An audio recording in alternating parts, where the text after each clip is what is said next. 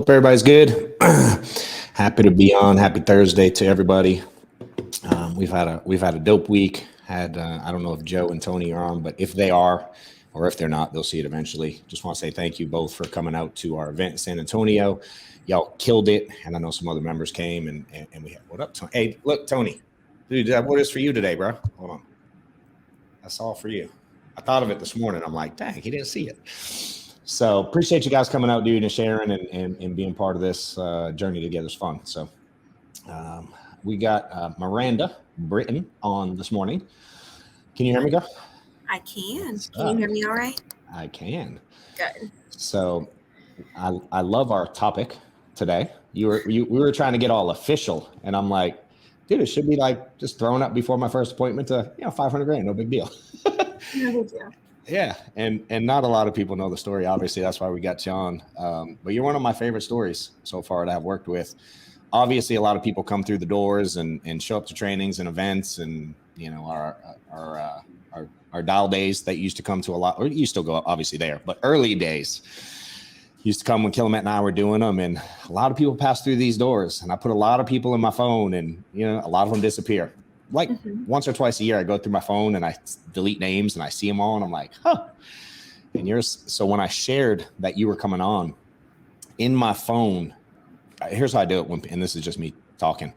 When people come on and they go, hey, can I call you? Whatever. I put their name in, and I put like dash whoever's group they're in. So when I see the name in my phone, I'm like, I remember who it is. And yours still says Miranda Peters Killamet. So I sent it to my team, and they made the stuff Miranda Peters. I'm like, no, that's not her name anymore. So we had to go through it. It just made me laugh. I just changed Zach's like a month ago. It still said Zach Athena, and I've been working with him for like 5 years. So I'll update yours too. But yeah, I appreciate you coming on. How give them a little intro about how long you've been in insurance. We'll start there. Yeah, it's been a few years for sure. A few. 3.5, going on 4. I love it. What did you do before here? What were you doing when you came to us? I don't remember. I was in marketing, actually. Marketing what? What's that mean? Marketing. So I went to school. My undergrad was in marketing. And then I went back to get my MBA while I was working full time. Probably most expensive pieces of paper that I don't need today. Like many of us, we don't use it. How old were you when you started? I was 3.5, so I'm about to be 29. I guess I was 25, 26. So. What got you into insurance? Did your dad start first or after you? I don't remember. My dad started first. I was in corporate, sitting at a desk all day, toxic work environment. Told myself I would never be in sales. And then I got to the point where I would literally do anything to get out of where I was. And so he was selling, and he got you here? Mm-hmm. Okay. Yeah, so Gary, my sister grew up with Gary's daughter. Oh, no way. Okay, got it. I didn't know that. So that's how we heard of FFL. What made you say yes to insurance? Do you remember? Aside from wanting to get out of the job. Yeah. It was those calls. It was the calls that you guys did what was that, Thursday nights at 9? Oh, yeah. The old school trainings we did. Monday nights at 9? One of those, yeah. I hopped on a couple of those, and I heard the numbers and the training, and I was like, I'm in. Let's do it. So you thought you could do it. You heard numbers, you're like, I can do that. Yeah. I was like, how is this possible? Yeah. And then you got here. How was the beginning for you? I want to tell the story however you want to tell it. Yeah. Because this is one of my favorites, and I'm going to make every time we speak somewhere, I made you do it on stage recently. We're just going to because I think it's funny looking back on it, seeing the production you do today. You're going to hit over $500,000 this year, right, on your own pen. Are you already over 500? Where are you at now for the year? 515-ish. 515 already. So you're going to push 550 plus. Mm-hmm. That's no big deal. No big deal. What'd you do your first year? Do you remember? It was like a half. I started in April, so I guess it was, I think, 79 or something. Okay. Respectable. Yeah. What Tell them the beginning. How early was that when you called me? That was literally your first appointment, wasn't it? This is my very first appointment ever. I was a mess. I'm still a mess, but. Me too, girl. I try to tell people that all the time. I'm like, we're a train wreck still. Yeah. So you get started. I'm a preface it, right? I know you were here in the office a lot. I know you were worried about getting started. You were nervous as all get out. I don't remember how long did you sit? Did you run like right away, hit the phones, dial, get in the field, or did you delay? No, I delayed. I feel like you were here for a minute. I was still working my corporate job, and I would schedule doctor's appointments so that I could come listen to trainings. Really? The in-office ones? Yeah, I was going to So you were out? No, I didn't know that. Mm-hmm. That's funny. Yeah. Why did you not start sooner? Like, what was the hesitation? What were you worried about? Do you remember? I think I just wanted to. My full-time job was pretty consuming, and so it wasn't like I'm going to do this part-time. Yeah. It's like I need to be focused and kind of go all in on this. But I still didn't even go all in. I was like, no, you didn't. 6 appointments a week, 10 appointments a week, you know. Yeah. I was a disaster. Did you ever quit?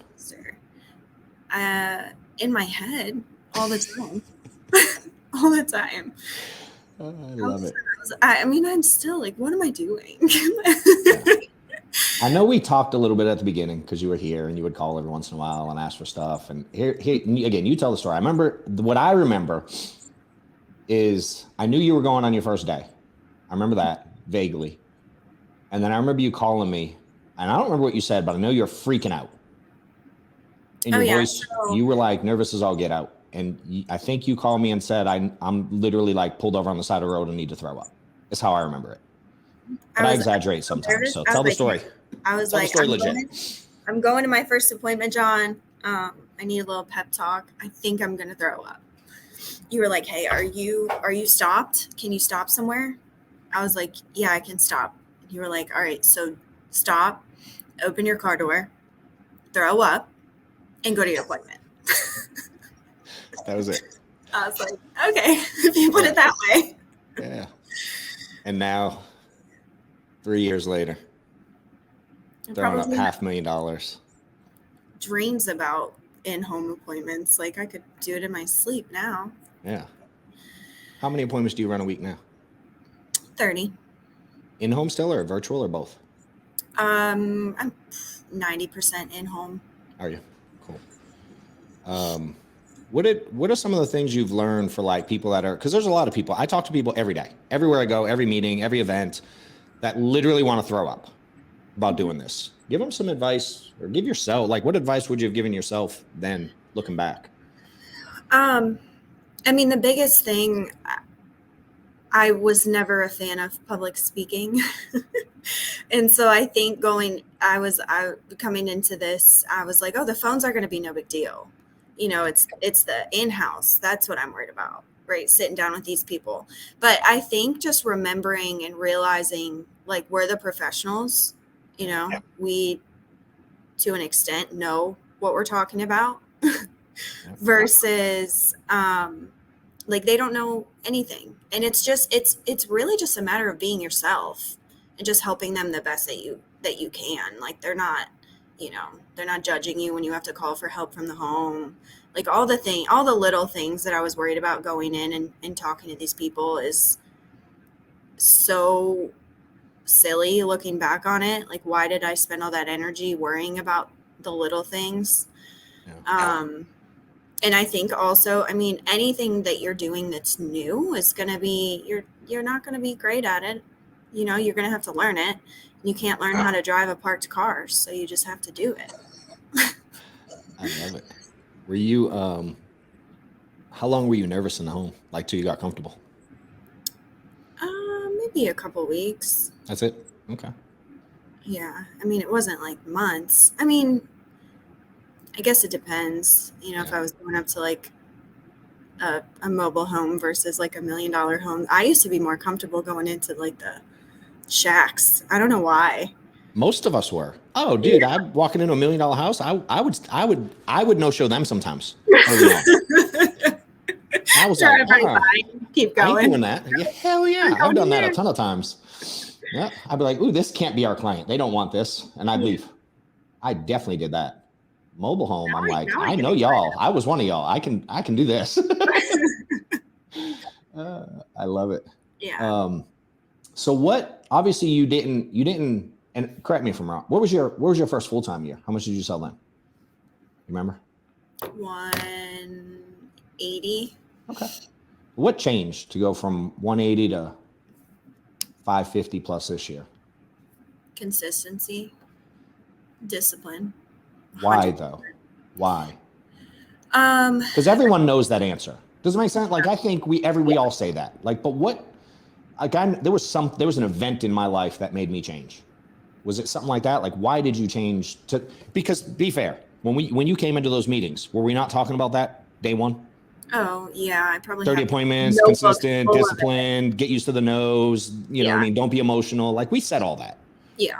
But you chose to not listen to that, like the rest of us early on. So what was the trigger for you? Honestly, there was two main things. First thing is I got really tired of the roller coaster that I think that you can get on in this business. Thinking, oh, I had a great week. It's more money than maybe I've ever made in my life. So let me, I can take next dial day off. I can take some time and be at home because I work for myself and I'm independent. Right. Yeah. But then you come back and momentum is lost. You're not in it. It's a lot of negativity. I was treating it more like a hobby, I guess, than a business owner. And so with that came the frustrations, came chargebacks, came whatever happened. Everything was affecting my mindset a lot more when I was on that low. So, so that was the first thing. I just got tired of that roller coaster. I wanted something consistent. And then the other thing was I had a conversation with my husband. Okay. I wanted to do all these things. I still have a lot of other goals and things that we want to do, so that I'm not working until I'm 50, hopefully. But one of the biggest things for me was getting into real estate, Airbnbs, that kind of thing.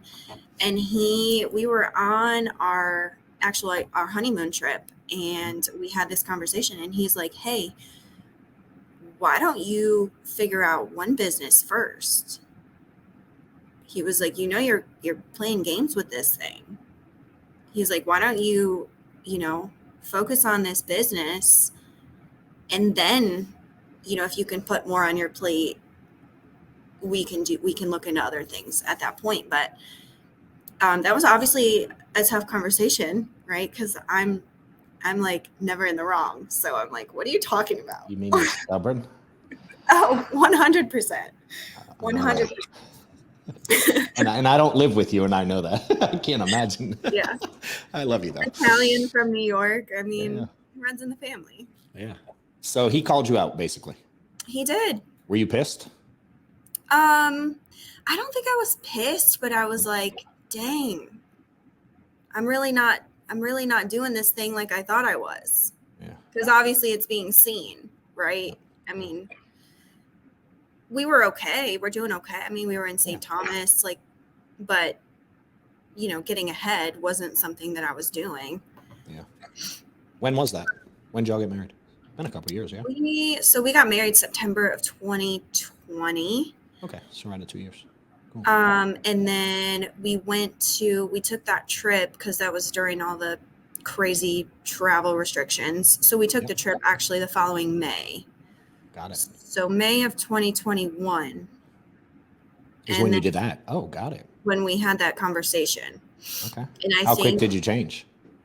I think July, I hit my biggest month since that conversation. And then I haven't looked back. What was July? What did you issue in July? I want to say it was like 40. Okay. And then it just continued from there, 40, 50, 60. Yeah. June of this year, I think, was like 87. So just like, I mean, I just I'm sorry. I love how we just say like 87, like no big deal, like 87,000. By the way, not 8,700 for y'all wondering. How's that changed your world? I know I keep interrupting. I'm gonna ask. No, but it's okay. how's that changed you guys? Legit. You didn't come from like your family ain't loaded. Nope. How's that changed your world?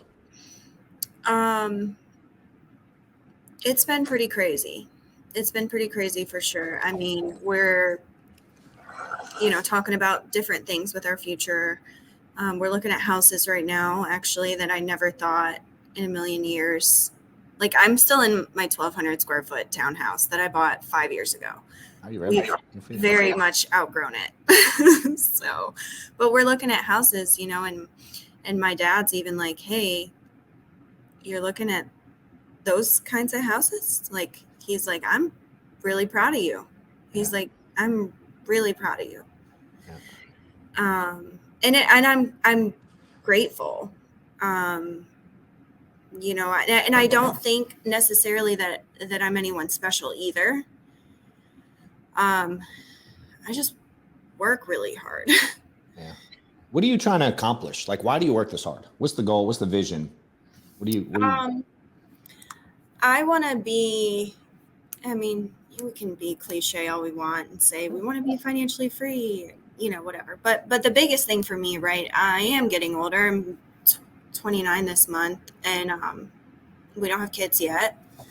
I don't really want to be 40 when I feel that I'm ready to have kids. So really trying to work towards, building for that so that we can start a family. And I'm not necessarily, running 30, 40 appointments a week. You travel nonstop, don't you? You travel like about every week? I just flew in actually this morning. Yeah. From where? Where do you travel to? I know Alabama, obviously. And you live, obviously, for those that don't know, in Georgia. Yeah, Georgia. So I run Florida, Alabama, Georgia. Okay. So I just flew in from Florida this morning. I pretty much do that weekly. If I'm not in one state, it's the other.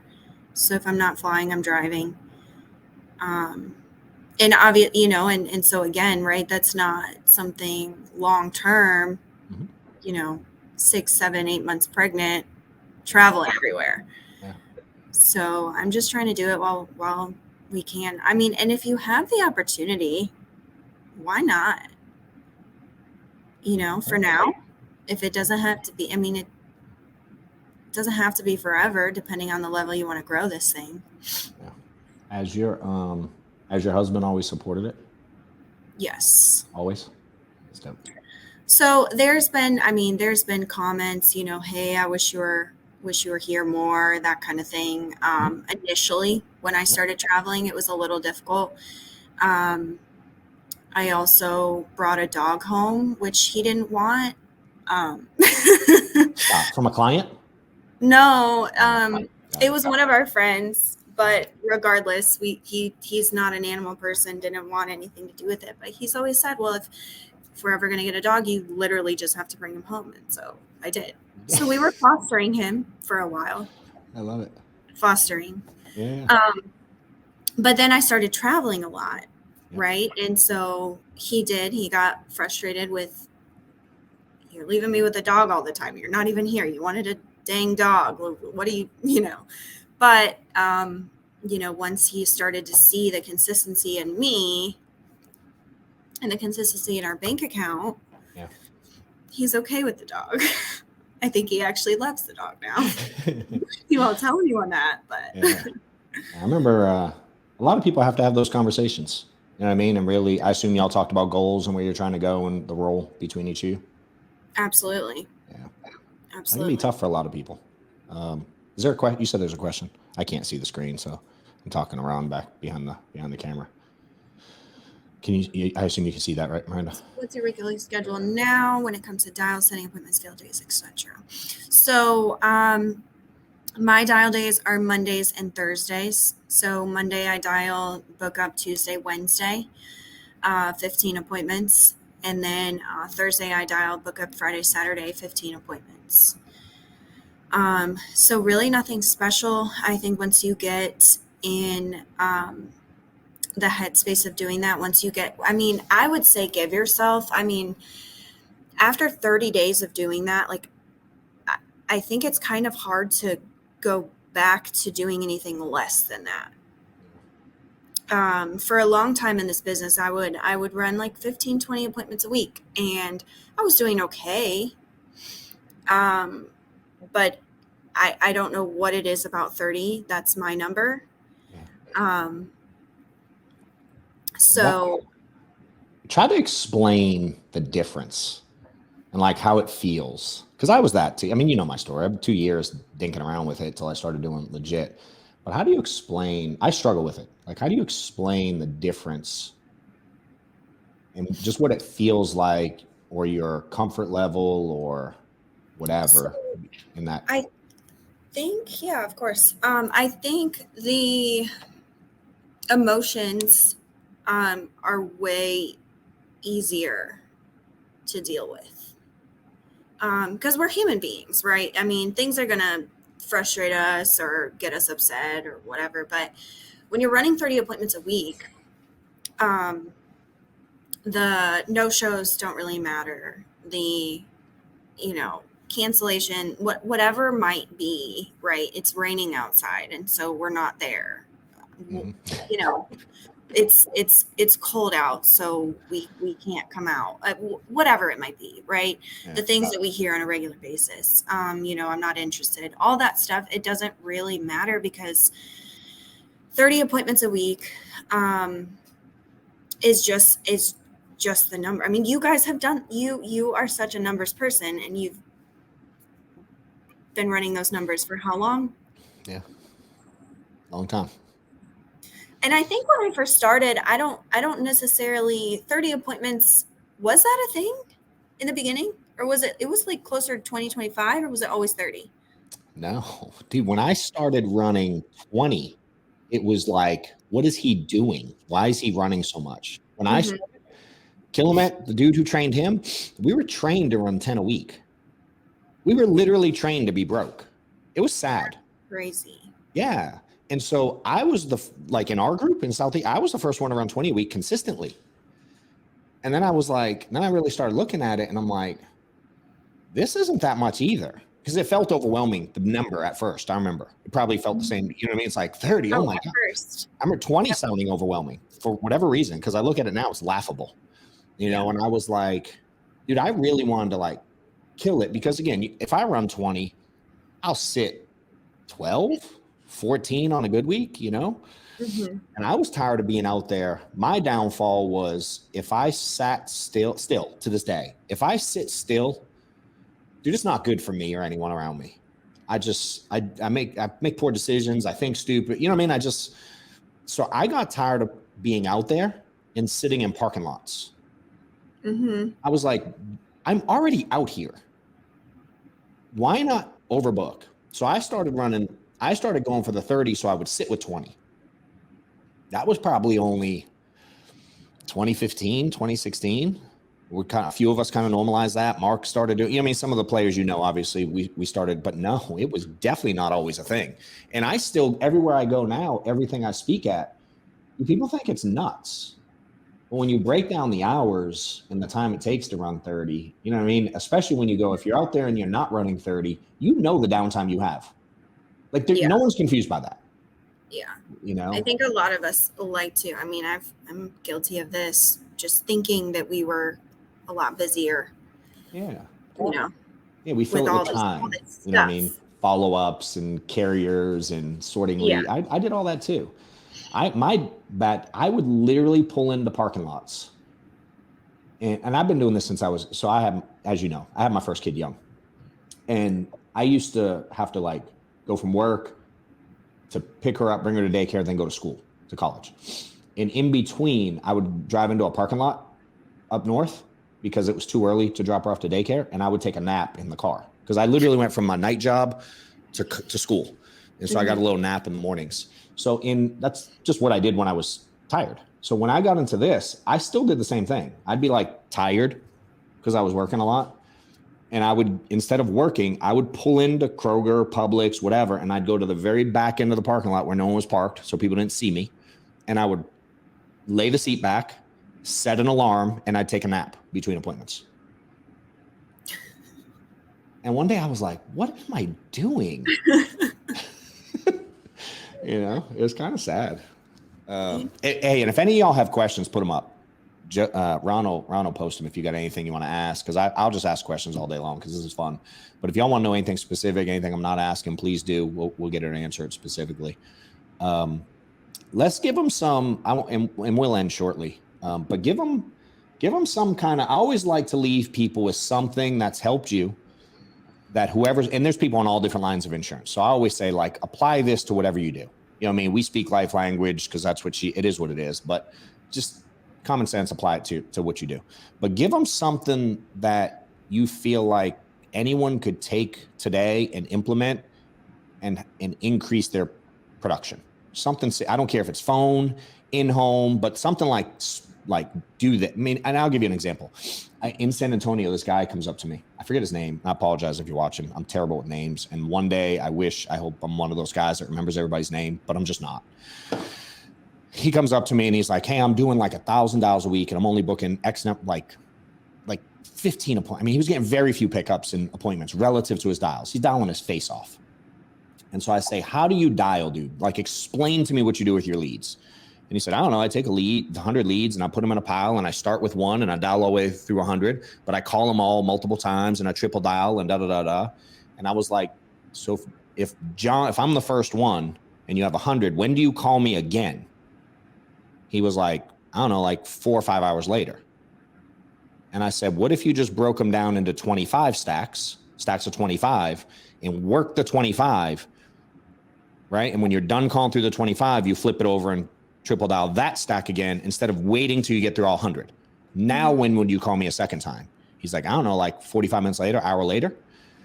And I said, do you think if you called me closer in time, you'd have a better pickup rate? Just call them more frequently. He's like, I don't know, kind of maybe would make sense. So he's like, I'm gonna try it. Then he showed up to an event I was at in Houston yesterday. I didn't know he was gonna be there. And he's like, dude, I just want to thank you. I dialed yesterday. I did what you said. I had a 50% more pickup rate and booked however many more appointments just by one tweak. You know what I mean? So I always like to give anything you can think of that's helped you, some literally like tangible they can take away. I would love to hear. So I think one of the biggest things for me was fixing me and my mindset. And so I still like to read self-development books, reach out to people who are doing things that I haven't accomplished yet. I used to want to follow you around the grocery store. I don't think I've ever told you that. You have not. But like, I was like, how can I just like be a little, listen in on like what a day in the life of John looks like, And so now when you call me on my way home from Birmingham at 9:00 on a Saturday night, I'm like, oh, cool. He's calling me. But I never, if you don't get uncomfortable enough to reach out to people who are at a level that maybe you want to get to, that's something that you have to work on in you overall. So here's what we'll say. Every one of y'all watching, that person that you want to emulate in the business, that person that you're kind of nervous to reach out to, nervous to ask for help for. I want everyone to call that person today. 100%. Fair? That'd be a good tip. Yes. Now, if you're not doing the work, buckle up. You might get an answer you don't like. Yeah. But do it, take some advice, and there's a lot of people that are terrified to do that. And one of the biggest mistakes I see people make is they call other people that are in a similar spot as they are to help reason and validate why they're not having the success they want. Because like you said, they're comfortable. I like that one. I think everyone should do it today. And then, hey, comment on this post later. Let us know who you called, tag them, thank them for helping you, whatever it is. I like to see people. I like to hear like the after story a lot. So post it on here later on. I would love to hear. Is there another question that's worth putting up? Let's ask. We'll put up one more. How do you approach people when recruiting? All right. Before we start, where are you at with recruiting? Because I don't know the answer. I know you're building, but I don't know to what level. So I just got my logo. Okay. So I'm also, it took me a while to figure out the production side of things. It's taken me a while to figure out the building side of things. Cool. So what, 10, 15 agents selling? Something like that? Cool. Yeah. All right. So go ahead. I would love to hear. Warm market is probably where most of my consistent writers have come from so far. Okay. Which have come from social media. Imagine what's the approach look like? Like if me and you are buddies, like how do you approach me? So I'm not great at this. That's okay. This is a bad question. That's even a better reason to talk about it. Because here's the thing, you're not great at it, but you have 10 or 15. I bet there's not many people watching right now that have 10 or 15 writers. Yeah. You know what I'm saying? So I would love to hear it, even if you suck at it. Let's talk about it. Honestly, I kind of just ask what are you doing? Where are you at in your career? And I may just kind of it's just conversation, really. So I'm an accountant working 40 hours a week. How's that? And are you happy where you're at? No, I'm miserable. I hate it. I work for this D-bag that tells me what to do every day, and it's terrible. Okay, got it. Have you ever been commission-based before? Nope. Okay, got it. It's probably scary, right? You're not comfortable with commission-based? I don't know anything about it. Clarify. You don't know anything about it. So if you were to work the same 40 hours a week and replace your income, potentially make a little bit more, but you're doing it for yourself, do you want to look into it? I'd definitely be open to it. Okay. So, I guess at that point is when I would kind of just say, this is what I do, help people with insurance, briefly kind of go over it. May have them watch a 10-minute, I think that FFL overview video. Yep. And then schedule a call from there. Hey, let's hop on a call when you're done with this video. I can answer any questions that you have, clarify, see if it's a good fit. My approach initially when I was hiring has changed from now. Yeah. Initially, it was like chasing leads. I felt like I needed to have, agents working with me, and I needed to grow. And I really want to only work with people who want to go to work. Yeah. Because there are just, you have to be, I know that this isn't, talked about often, but I think you do have to be selective you can't just bring in any Joe Schmo off the street and expect, if you can't invest, $500 in leads, for that to be a successful, agreed, person that you want to bring on the team. Now, if it's warm market and you want to work with them and help them get going, I think that may be a different situation, but I just want to work with people who are ready to work. Hey, it ain't no different than Chick-fil-A ain't really excited if someone comes to them to open a franchise and they're broke and don't want to work. Right. It is pretty common in the business world. Yeah. But we tend to think we can crack that code when we're new, and it's needed. So I always, and for those that are wondering, what I always tell people if you're uncomfortable doing that, or you give that excuse, you want to wait till you're good to build or recruit, the thing I always try to help people understand. I was talking that same dude who I talked about with the dials, that I gave him that tip yesterday. I was asking him if he was building. He's hesitating, and he goes, well, the real reason is. I go, dude, I know the real reason. You want to wait till you're good, right? And he laughed. He's like, yeah, how do you know? I'm like, dude, you all say this. There's one objection when we talk about building, and I get it from everyone. And I said, when we were sitting in this dope, it was this guy runs this club. It's a networking / car club where you can get around other business entrepreneur type people. They have it's this big building that had Lambo in it, a Bentley, Ferrari, 6 or 7 different high-end cars. And when you become part of the club, you get access to the cars. Joe, your dad was there, by the way. I saw your dad yesterday. They have a meeting room where you can do events, whether with salespeople or whatever. Dude, it was dope. They have a cigar lounge, a bar, hangout area. So it's kind of like country club, car club, esque, except no golf. It's just like business entrepreneur type people. And I said, dude, let me ask you a question, bro. This guy talked about wanting to open 30 of these across the country. You heard him, right? He goes, yeah. I said, if he offered you 250 grand to help him build one of these, and you have no idea how to do it, but he was willing to pay you to do it, would 250 grand excite you? I don't know where you're at financially. He goes, yeah, I've never made that. That'd be awesome. And I said, and what if he told you, again, we're opening 30, I need more help. Do you have any friends that would be interested in helping me expand, maybe at one in Atlanta, and he'd pay them 250 also, and he'll train you both at the same time? Would you wait till you knew how to do it to tell your buddies? He was like, hell no. I'm like, so why are you waiting on this, dude? Yeah. Why can't you just say, hey, Tony Merwin is teaching me how to sell a bunch of insurance. He's hiring and he's looking to train more people. Are you open a conversation with Tony? Because he's trying to build and he'll help you too. He's helping me, he'll help you. Can we just keep it simple and give people opportunity? And if you don't want to build, don't build. And I was like, what makes you think, dude, that someone needs you to be good to be successful? Like, I didn't need you to be good for me to be successful. And I figured it out without you. Why can't your buddy figure it out without you? And you don't need me because we just met and you're figuring it out. Like, there's things in place and not one of us is like the key to someone else's success. So I think it's just one of those things we overcomplicate. So I love the approach and, just wanted to add that little piece to it because many of y'all want to do it and we definitely overthink it.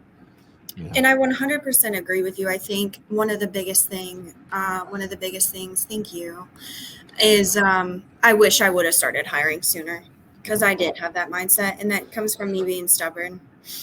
Why do you wish it now? Why? Explain that. Like, because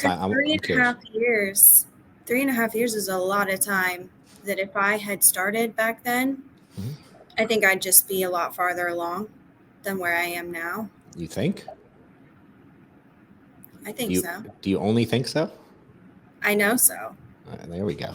100%. Yeah. You sounded like 70% the first time you said it. No, I definitely would. Yeah. I definitely would. And so I try and teach my new agents that too. Yeah. So not only are they coming in, but hey, I'm here to help share the opportunity and I will help them get started. I will help them train, they're yours, whatever. I love it. So one of my favorite things that you've implemented recently, definitely more than ever before, is you finally, for the love of God, started sharing stuff on social. Yeah. Which I like watching. How can people find you out there? Give them your, whatever you want to share with them. Miranda Grace 8 on Instagram. Miranda Peters Brittain on Facebook. I legally, I'm still Peters, by the way. Are you? So I can leave it in my phone. We should change all the promos. Yeah, it doesn't matter. Your thing here says the full one. I don't know if we did that. I know. I need to. Why is that? You just procrastinating, or is there more to this? And if I'm opening a can of worms, we can just end. No, to be honest, when we got married was during COVID, and so Social Security offices and everything were being crazy, and I had to send in my real driver's license in the mail, and I was like, I'm not doing that. And then the thought is the answer. Yeah, 100%. Yeah. And then the thought of all the insurance carriers that we have access to, I'm gonna have to do paperwork with all of them.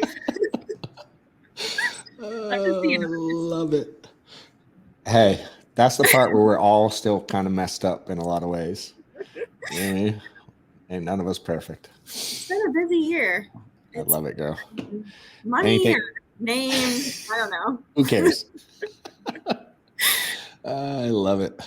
Oh, good deal. Anything you want to end with? Anything you want to tell them? And you can say no if you want. I mean, I appreciate you and all that you've done for me over the last few years. Always. You're very welcome. It's been fun to watch. It's one of my favorite stories for sure. And it's good to see where you've come from. That very timid, nervous girl that started. Miranda Grace 8. Grace is my middle name. GRE. Miranda Grace 8. Can you type it in, Ron? Or it don't work? If you can, type it in. Or we'll comment after if we can. We'll put it in here. We'll put a link. Put a link to her stuff. You mind? Yeah, dope. We'll do it. All right, girl. I appreciate your time. I know you got a lot to do today. Appreciate you taking out time and sharing with us. Thank you. We will definitely talk soon. Later, y'all. If we can help, let us know. See you guys.